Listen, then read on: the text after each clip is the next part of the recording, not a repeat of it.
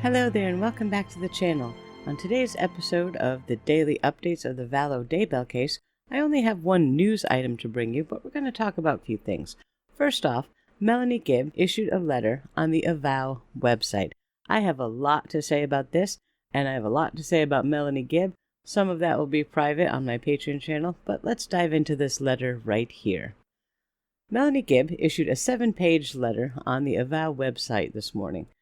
And right off the bat, the fact that she shared this on the AVOW site, to me, shows a level of tone deafness that is staggering. The first thing she does is she expresses camaraderie with and sympathy for Christopher Parrott. She calls him brother. Now, if you remember in one of my previous update videos, we talk a bit about Christopher Parrott and his position on Chad and Lori and the unfolding drama, and it was not pretty. As a quick side note here, many of the people who had supported Chad and Lori before the events that took place on June 9th, when the police issued the search warrant for Chad's home, have changed their tune. And their tune has gone from, "We support Chad and Lori, free Lori, get her out of jail, this fascist government is keeping her locked up, they're innocent, they're whatever." Right? There was very loud, very raucous support for Chad and Lori. All of these people now have changed their tune to say, it was Satan. That's their excuse. Not, I was dumb and I believed them, or I take responsibility for my own actions. Nope, it was Satan. There's a group on Facebook called Free Lori Vallow, or it was called Free Lori Vallow. It is now called Lori Vallow and Chad Daybell are possessed by Lucifer. And that is their explanation for all of the crazy, ridiculous posts that they have put up for months about how Lori and Chad are being maligned by the media. It's so unfair. They're such good people, blah, blah, blah, blah. And now we're going to see that also echoed in Melanie's letter coming up, but also we heard that from Christopher Parrott himself when he had to issue his statement saying, okay, I guess I was deceived by Chad and Lori, blah, blah, blah, Satan. So there you have it, folks. When everything goes wrong in your life and you find that you have been horribly, embarrassingly wrong about someone's character, just blame it on Satan, and everything will be fine. Back to our story. Let's return to Melanie Gibb's letter in her opening paragraph where she expresses her sympathy and concern for Christopher Parrott. She relates to him. All right, I'll make a note of that. She states that she feels sorry for Christopher because she too was deceived by Chad. Now, she says that she's going through an awakening of sorts because of all of this. And part of her problem, or her downfall in falling for Chad and Lori, was her pride, specifically her prepper pride, which say that fast 10 times. She states that because we are aware that we are awake, meaning they feel special and elevated in status because of being preppers. And she realizes that her pride was a bad thing. She says that she met Lori and she loved the light that Lori radiated. Her love for God was so strong. Lori told Melanie that she was part of the 144,000, which made her feel special, part of the other. She says that she didn't realize that it was Satan testing her. Well, guess what? You failed. Chad and Lori met, and Chad had all the answers that Lori was seeking. Melanie states that Lori had known about multiple probations from the internet. Lori believed that she was married to Moroni. Now, Moroni is the angel from the creation story of Mormonism.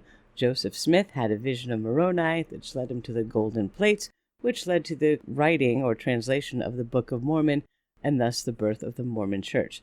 Lori thinks she was married to this angel. Lori and Chad rationalized their infidelity by saying that it was okay with Jesus because they had to lead the 144K.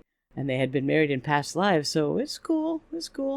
No, it was not cool. Lori had visions of Charles dying, and Melanie says that Lori was disappointed when he didn't die. Chad and Lori were so anxious to be together that Chad came up with this plan about calling Charles a zombie. Melanie says that she was there when this happened. This is a problem for me. If I was sitting with any of my friends and their boyfriend, their adulterous lover, called them and said, "Guess what?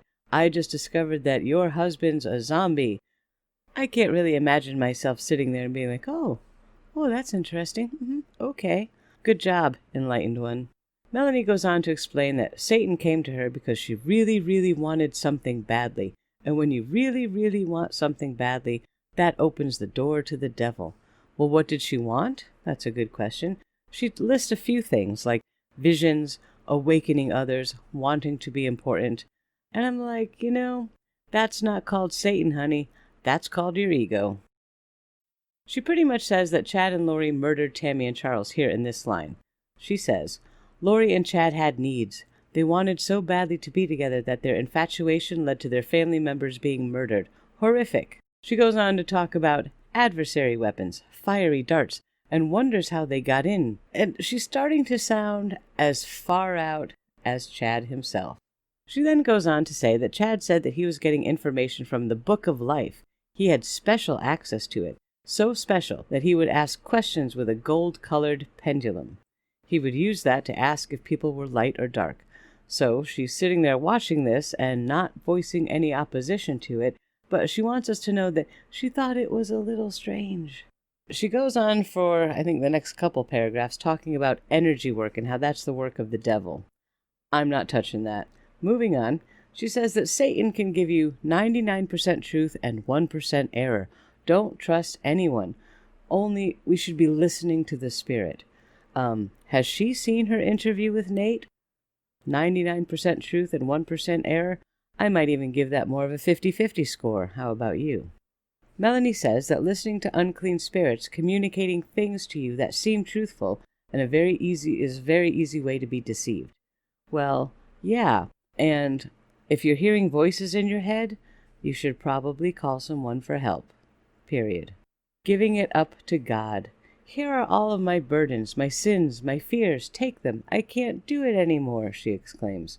Or you could maybe try being an adult and deal with your crap and fix the mistakes that you've made. I get overwhelmed sometimes and I want to call my mom and have her fix everything for me. But that's called being a child.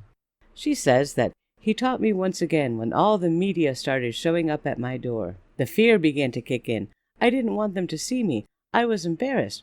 What was everyone going to think of me? Melanie, that was your conscience telling you that you messed up. That's when you need to own it and stand up and be an adult and take responsibility for your actions, not cower in the corner like a frightened child who's afraid they're going to be admonished for their poor judgment. Sorry.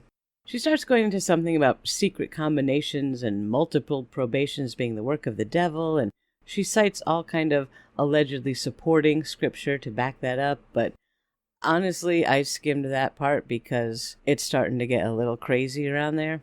And then she says that she now knows that Tammy and Charles would want her to tell the world about the dangers of believing such doctrines. And boy, I tell you, my head hit the desk when I read that. Because what I would like to say to her is not something I can say in public. But I will say, no, Melanie, Tammy and Charles would have wanted you to tell the world that Chad and Lori were plotting to kill them so they could still be alive. How dare she? The utter arrogance and delusion in that statement floored me, absolutely. The rest of the letter is more self-serving babble about how enlightened this has all made her and how she can help others, and just, please, stop. My goodness. These are the words of wisdom from Melanie Gibb, who, let's remember, she has also published a book, or two, I think one. She's been doing the podcast with Chad and Lori for a long time.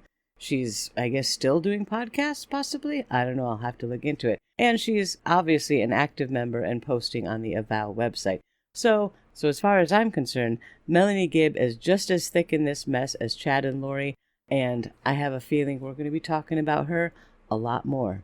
So, that's the only real news item that happened today, but I will be staying on this case as always. So please like and subscribe and hit the notification bell, because if anything breaks live, I will go live on YouTube to bring it to you right away. Until then, thank you for watching. I appreciate all of your support, and stay safe out there. Bye for now.